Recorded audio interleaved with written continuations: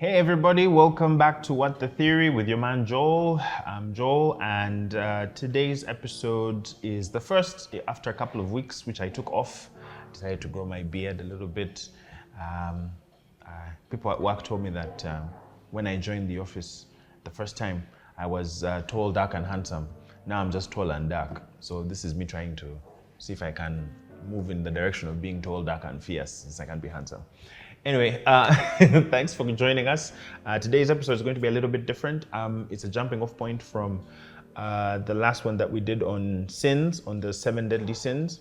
And if you remember that, I was talking about how the concept of sin is an explanation for the drives and the initiatives that we feel within ourselves, and a moral aspect has been levied on them. And the last one that I didn't speak about was lust. And I was trying to think of a way to bring lust into it. And funny enough, I then ended up on the death drive. So today's episode is going to be on the death drive. And as we talk about it, we'll talk about how it was conceived of by Freud, went all the way through Lacan, and then Zizek. And the reason I'm going to be talking about it is I think it is a highly misunderstood principle. But once you grasp it, you will understand why almost all religions have always had problems with two things: money and sex, because those two things kind of show the death drive in all of its glory. So we'll start by defining what the death drive is. I'll talk a little bit about what Freud had to think about that. Then we'll move through what Lacan thought, what Zizek thinks about it, and how it connects to ideology, and personally why I'm talking about it. So what's the death drive? A lot of people confuse the death drive. Like when you hear it, it almost sounds like people trying to self-sabotage or destroy things at the height of success. If you remember when Will Smith showed Chris Rock a little bit of that, people were talking about how Denzel Washington said to him that the devil comes for you at the moment when you are at your highest, that almost we destroy ourselves at the point of ultimate satisfaction. But that's a very conservative view of what the death drive is. Going simply, Freud was trying to answer a question in his clinical practice. And the question was, why do we continue to repeat our trauma? Why do we continue to do things or have behavior that contradicts the therapeutic path that we want to get on? Someone wants to stop smoking. Someone wants to, maybe stop abusing alcohol, or whatever the behavior might be. They have a stated goal and purpose, and they want to have relief from that pain. But for some reason, they keep repeating a certain behavior despite them saying they don't want to. And this was his response. Now, he says, we believe that in the course of these events set in motion by an unpleasurable tension, that it takes direction such that its final outcome coincides with a lowering of that tension. That is, with the avoidance of unpleasure or production of pleasure. Now you might be wondering what the hell he's talking about. I'll go over it again just to make sure you understand. So Freud's argument was that as human beings, we have different drives. We have different, things that push us towards achieving certain goals. And if you collect those drives, those impulses, you could order them according to the pleasure principle or the reality principle. So the pleasure principle is just that we as human beings, or most living things, want to maximize our own pleasure. We want to maximize satisfaction. We want to maximize happiness. So we eat, we have sex, we do all those things because we want to have pleasure. We are looking towards avoiding pain and maximizing our own utility. On the other side, you have the reality principle. So the reality principle is just that desire. A child, for instance, is always trying to touch whatever it sees. It wants to have sweets all the time, or it wants to just continually live in a sense of enjoyment. But in reality, as you grow older, psychologically, you start to put a limit on the things that you're supposed to get. So you have in you the pleasure principle that runs up against the reality principle. But now that goes back to the question he asked at the beginning, that if reality allows you to shape your pleasure, and pleasure is about the avoidance of painful things, why do people self-sabotage? Why do people sort of break up the very goals that they think that they want to pursue? Why is it that we consistently fail at being our best selves? And that's where he comes up with the the principle that is within us that is about the pleasure principle. The pleasure principle is not so much us trying to achieve pleasure, but us trying to relieve attention within ourselves. So if you think of the nature of anything that you find pleasurable, it is more like scratching an itch than it is anything else. It is the relief of either you being in pain or attention within you, some requirement that you have. Let's say when you're hungry, when you eat and enjoy a meal, you're relieving the tension of hunger. When you eat something else, you're relieving the tension as well of something that you've been feeling within yourself. Now, when you look at the death drive as formulated by Freud was that you consistently will try to move and do things against your pleasure principle. And say aggression. Sometimes you can be aggressive because you want to maybe show your power over someone. So that is aggression in the name of pleasure. But sometimes you will do something aggressive for no reason whatsoever. That's why Freud is known for Freudian slips or actions that people don't really understand. I don't know if you've ever been with a friend and the person just says something completely cruel and you have no reason, you can't connect why they've done that. Or you yourself just have a thought that runs through your mind and you don't understand where it came from. It runs counter to everything that you think you are about. And more than that, it runs counter to your own sort of well-being. I know for myself, I was once at a funeral, and at the funeral we were, sort of sitting in silence as people were speaking about the person who was deceased. And a lady in front of us sat down, and when she sat in front of us, it made a sort of sound, as my people like to say, a nyamparing sound. And that sound, as soon as I heard it, was like, isn't that like the funniest thing? Like maybe the ghost of this guy showed up and was like, man, you're taking this thing a little too seriously. Let's break it apart. So I ended up laughing, and I was laughing out loud, knowing very well that it was a terrible thing for me to do, but for some reason it gave me pleasure to go against the decorum, to go against the thing that would make sense. So death drive in a certain sense is for Freud moving against our own principles. But the bigger thing is for him, let me just read this bit from Beyond the Pleasure Principle. Every living thing dies for internal reasons. When we are compelled to say the aim of life is death, and looking backward, that inanimate objects existed before living ones. So his point is, if you look at the existence of life on Earth, things preceded life. Inanimate things preceded life. And so what life is not so much the opposite of inanimate things. It's not that they are living things and non-living things, and living things are the opposite of non-living things. It's that life comes out of the non-living. It is a disturbance. It is a tension. It is not something sustainable. And so within that unsustainability, that move of life, there is a sort of tendency to want to go backwards towards homeostasis, towards nothingness. All life eventually leads to death. And what he's talking about here is that every living thing dies for internal reasons. It's that if you're not hit by a car, if you're not attacked by a wild animal, if you're not killed for any external purposes, your life will expire. We are all sort of aware that we are going to die someday, and that knowledge is with us at all times. It is an inevitable thing. However, we sort of have a resistance. We try and push. We seem to want to live beyond the very fact, the fatalism of the fact that life is temporary, and we try and push ourselves beyond that. And I think that's where he comes to the point of self-preservation, self-assertion, and mastery of ourselves. They seem to be the purpose of life, but they're all subservient to the death drive. To death, the fact that we are going to die. So every organism is sort of following a certain path. It's trying to, sort of satisfy the drives within them, but ultimately, all things that it's doing are leading towards death, except, Freud says, sex. So sex is the one thing that is you saying that you're going to survive your own, demise. Now, the sex drive is, whenever it's two human beings who are trying to bring forth future life, one may argue that it is survival of the species. Now, Lacan's view of that is that sex is not, in a sense, overcoming death. Freud thought that, the sexual drive was the most powerful thing that we all had, that everything about us is about sex. That even when we're talking to our parents, we're sort of trying to figure out what the sexual dynamics are.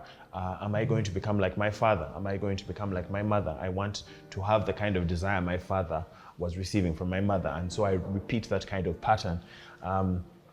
He sort of thought that all other drives to aggression and everything else was subservient to sex. But his thought was that ultimately, sex is the one drive within life that tries to escape and keep you going forever. Lacan comes in and says, well, it's not necessarily the fact that sex is trying to resist death, because for the individual, for you as a transitory being, you're not going to survive because of sex. Hugh Hefner, God rest his soul, had plenty of sex, but he died.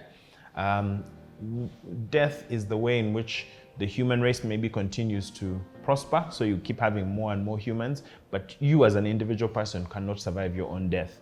Yet within you, you act as though that you're going to survive your own death.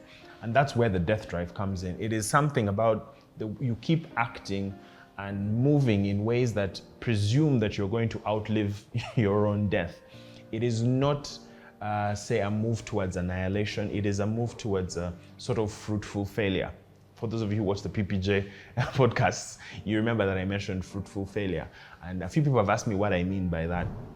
And I'm hoping that as I express this thing on human sexuality and the death drive, you'll understand what I mean.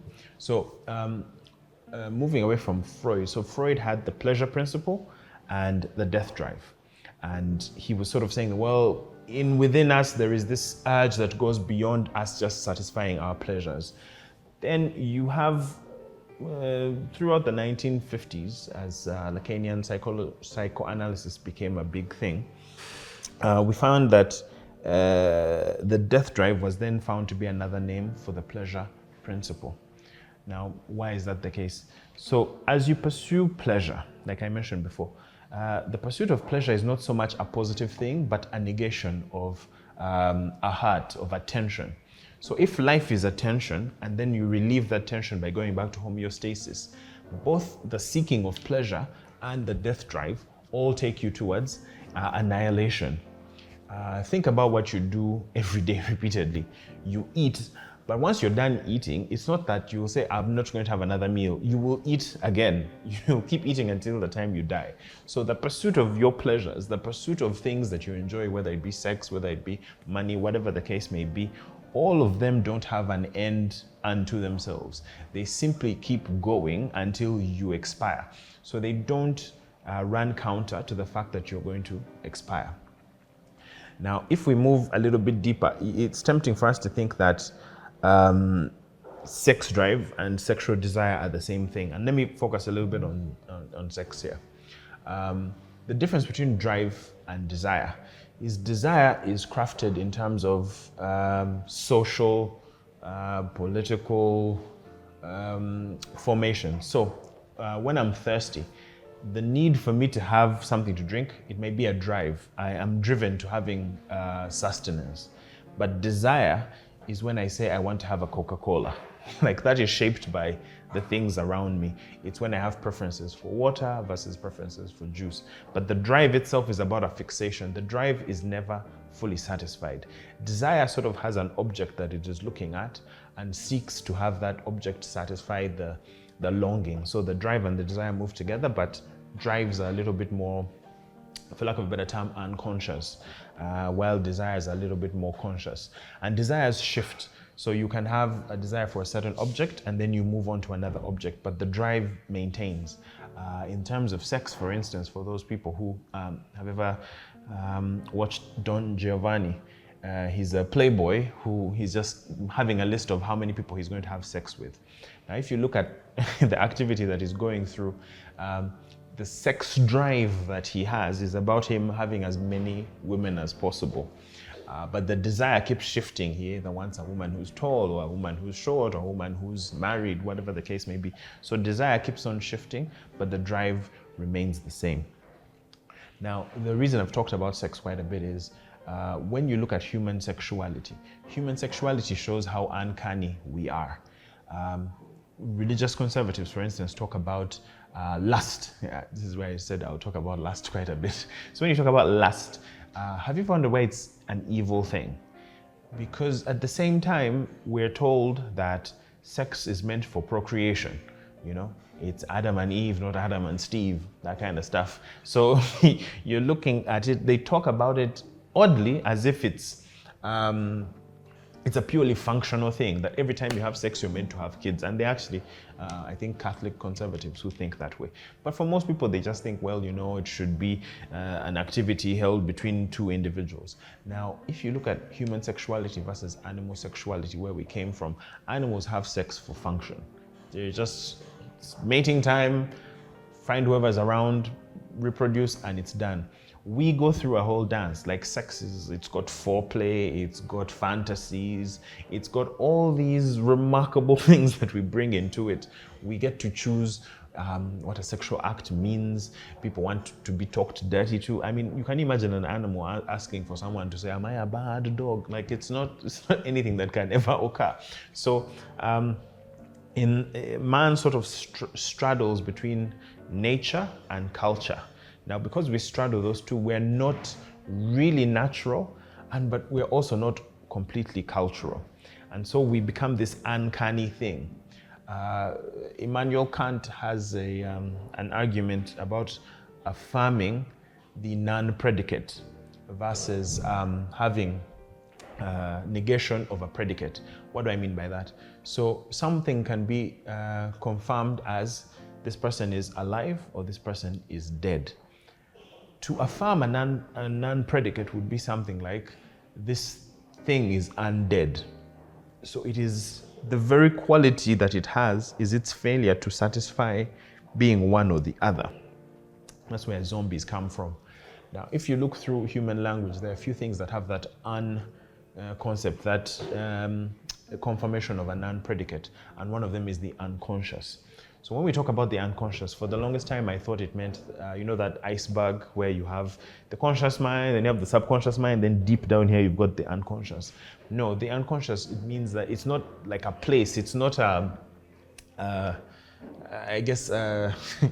it's not a mind. It's almost like the combination of the ways you act, the ways in which you're unaware that your actions, drives, and desires are functioning.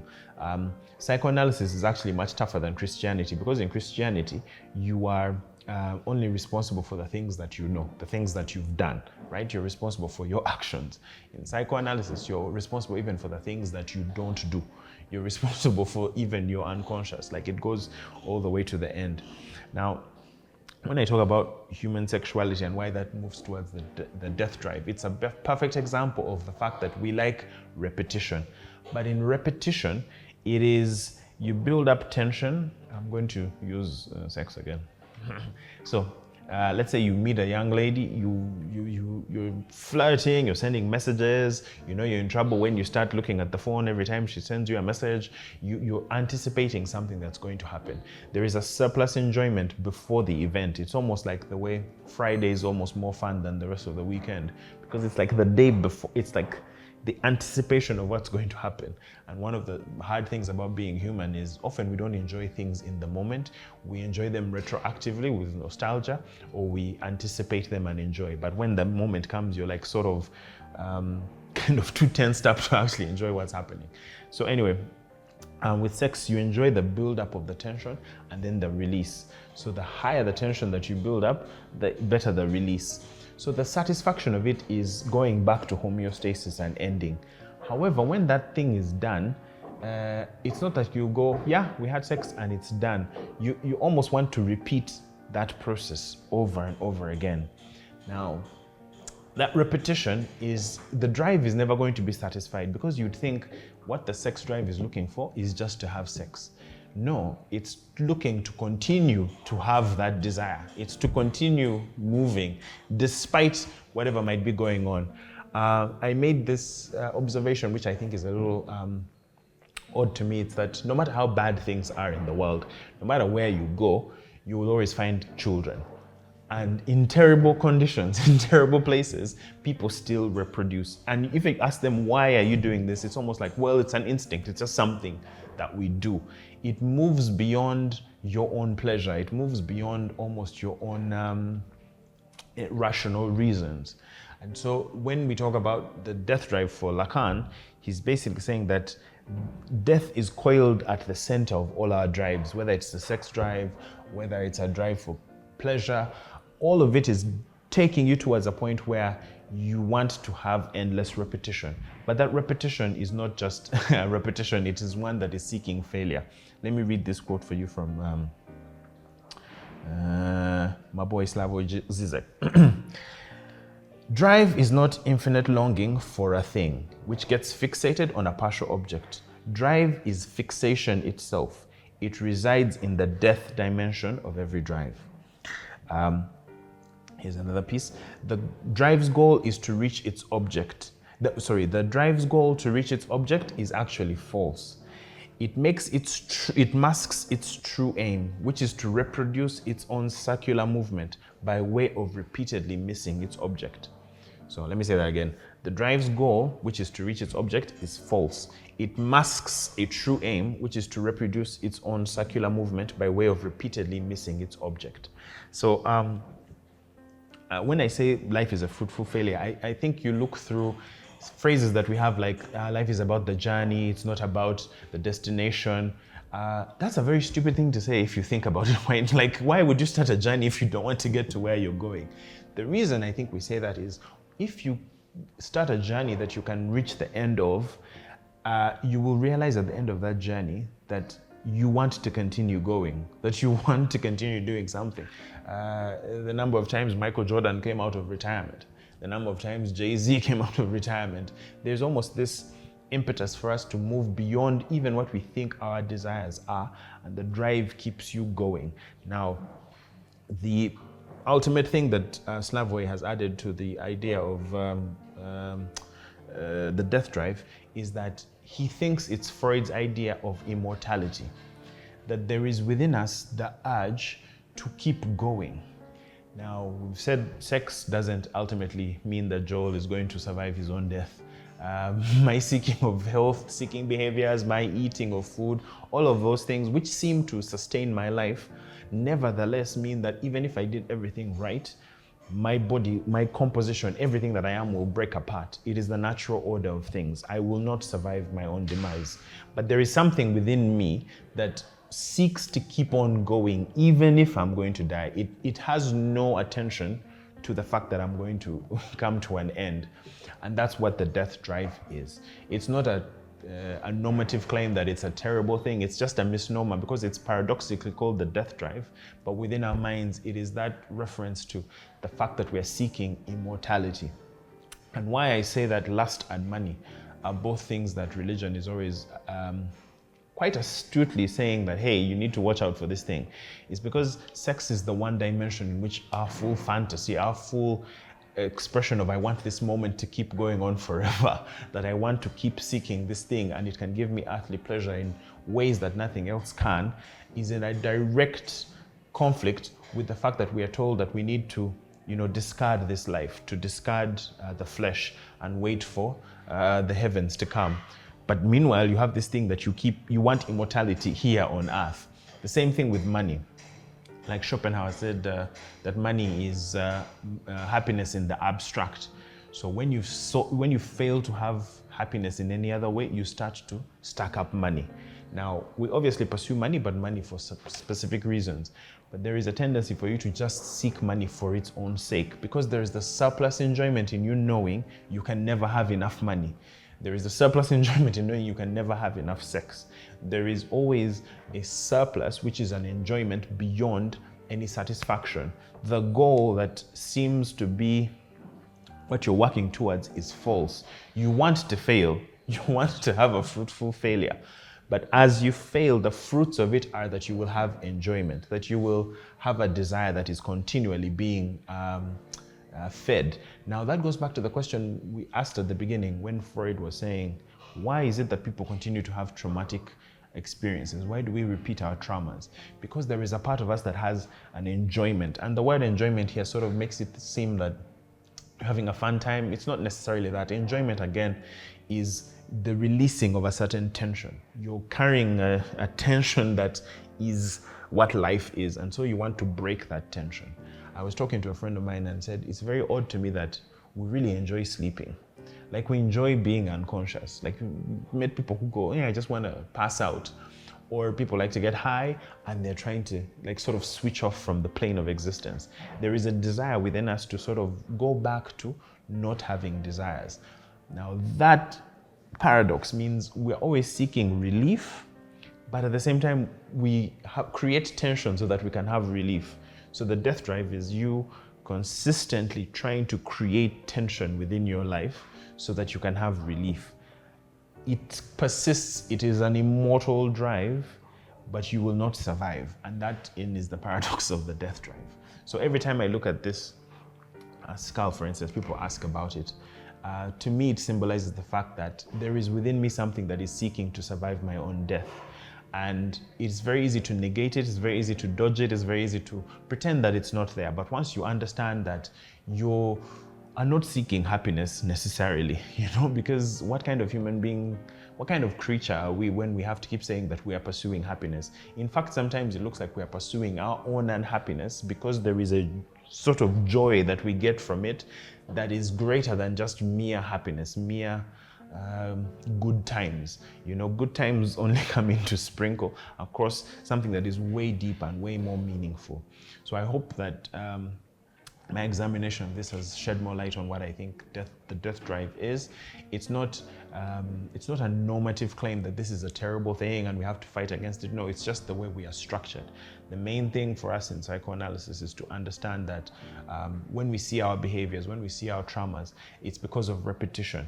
And interestingly, the next episode that we're going to talk about is why habit then is a very important way for us to actually feel our own freedom. We want to be free of this death drive that we have, but the only way we can ever feel free is when we direct our energies, when we direct this death drive into something that we feel is actually going to be much more positive for us. So check out the next episode. Let me know what you thought about this one, and have a great week.